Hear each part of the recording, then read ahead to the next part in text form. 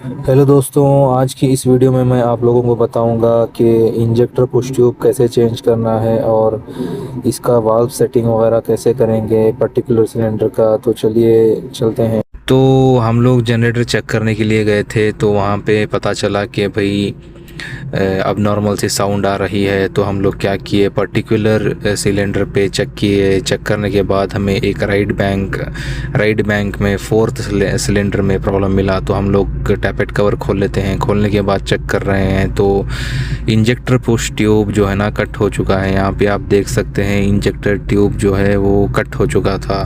तो हम लोग क्या किए, फटाफट से जाके नया वाला इंजेक्टर और इंजेक्टर पुश रॉड वगैरह लेके आके लगा देते हैं। तो चलिए मैं आप लोगों को दिखाता हूँ कैसे इंजेक्टर सेट करना है, कैसे वाल्व सेटिंग करना है पर्टिकुलर सिलेंडर का। और हम लोग यहाँ पे इंजेक्टर को खोल रहे हैं थोड़ा थोड़ा करके, क्योंकि यहाँ पे फिज़िकली चेक करना पड़ता है क्या क्या डैमेज हुआ है। तो इस जनरेटर में सिर्फ इंजेक्टर पुश ट्यूब कट हुआ था, बाकी सारी चीज़ें सही थी। तो हम लोग सेफर साइड इंजेक्टर को भी चेंज कर लेंगे।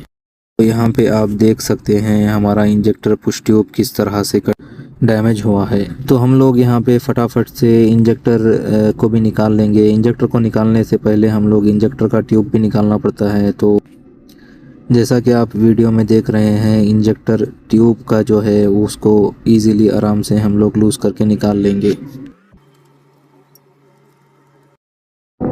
ट्यूब को निकालने के बाद हम लोग इंजेक्टर का दो स्क्रू है उसको लूज़ कर लेंगे। लूज़ करके इंजेक्टर को भी हम लोग बाहर निकाल लेंगे। इंजेक्टर को निकालने के बाद हम लोग फिज़िकली चेक कर रहे हैं कि इंजेक्टर कुछ डैमेज वैमेज तो नहीं हो गया, कुछ उसका ओरिंग्स वगैरह सही है क्या, सारा कुछ हम लोग चेक कर लिए। फिर भी हम लोग इंजेक्टर चेंज कर देंगे क्योंकि इस पे हम पे डाउट था थोड़ा बहुत। तो यहाँ पे हम लोग कैलिब्रेटेड इंजेक्टर लगा रहे हैं। लगाने के बाद हम लोग इंजेक्टर को थोड़ा सा पुश करके हम लोग बिठा देंगे। इंजेक्टर को पुश करके बिठाने के बाद हम लोग इंजेक्टर का ट्यूब जो आता है उसको भी लगा लेंगे।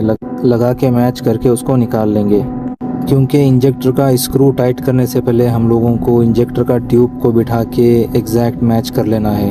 अगर मैच नहीं करेंगे तो हम लोगों को इंजेक्टर टाइट करने के बाद ट्यूब लगाने के लिए दिक्कत होगी। तो इंजेक्टर ट्यूब बिठाने के बाद हम लोग फाइनली हम रॉकर लीवर को बिठा लेंगे। रॉकर लीवर को बिठा के पुश ट्यूब्स को पोजीशन कर लेंगे। पोजीशन करने के बाद इसको हम लोग टाइट कर लेंगे। रॉकर लीवर के जो दो बोल्ट हैं उसको हम लोग टॉर्क रेंज में 60 टू 70 LBFT टॉर्क रख के टॉर्क दे देंगे। तो चलिए वाल सेटिंग करते हैं। हम जो चेंज करने वाले हैं वो है फोर्थ सिलेंडर का जो इंजेक्टर है वो टूट गया था। तो फोर्थ सिलेंडर का हम लोग वाल सेटिंग और इंजेक्टर का सेटिंग करेंगे। तो आप देख सकते हैं 1 2 3 का कुछ प्रॉब्लम नहीं था, हम लोग ऐसे ही खोल के चेक किए। फोर्थ का प्रॉब्लम है, ओके। तो फोर्थ के लिए हम लोग क्या करेंगे, 3R 4R को मार्किंग में लेके आएंगे। 3R 4R, जब 4R का जो है हम लोग वाल एडजस्ट करेंगे, ओके। तो यहाँ पे देख सकते हैं 4R का हम लोग को वाल सेटिंग करना है। तो हम लोग को लाना है 3R 4R।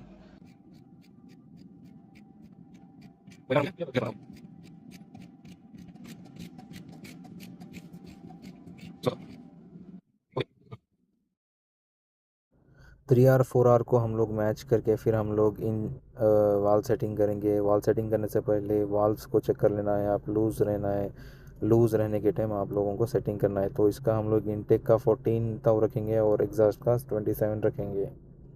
तो वाल्व का सेटिंग होने के बाद हम लोग फिर से एक राउंड घुमा लेंगे। राउंड घुमाने के बाद हमारा इंजेक्टर का सेटिंग करेंगे। इंजेक्टर की सेटिंग के लिए हम लोग को रखना है मार्किंग में 5R 2R चाहिए। तो हम लोग 5R 2R को लेके आके एग्जैक्ट मार्क करके रख लेंगे।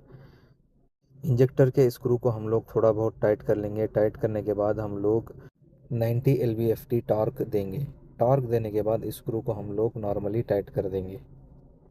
यहाँ पे हम लोगों को एक और डाउट था, क्योंकि ये जो पुश ट्यूब कट हुआ था इसका पिसर वगैरह कैम फ्लावर पे जाके ना पड़ जाए और वहाँ पे भी डैमेज कर देगा। तो इसके लिए हम लोग कैम फ्लावर का कवर खोल के सारा कुछ चेक कर लिए। वहाँ पे भी दो पिसर पड़े हुए थे, तो हम लोग उसको भी निकाल के साफ़ सफाई करके गैसकेट लगा के हम लोग कवर को लगा देंगे। गैसकेट को लगाने के लिए आप यहाँ पे सिलिकॉन को यूज़ कर सकते हैं। वो सिलिकॉन सही से उसको पकड़ के रखेगा, लीकेज वगैरह यहाँ पे रोक के रखेगा। तो फाइनली हम लोग सारा काम करके हम लोग जनरेटर को स्टार्ट किए। स्टार्ट करने के बाद वोल्टेजेस, फ्रीक्वेंसी वगैरह सारा कुछ सही था, और जो अब नॉर्मल साउंड था वो भी ख़त्म हो गया। तो थैंक यू वेरी मच। और आप ये वीडियो से कुछ सीखें तो लाइक एंड शेयर ज़रूर कीजिए।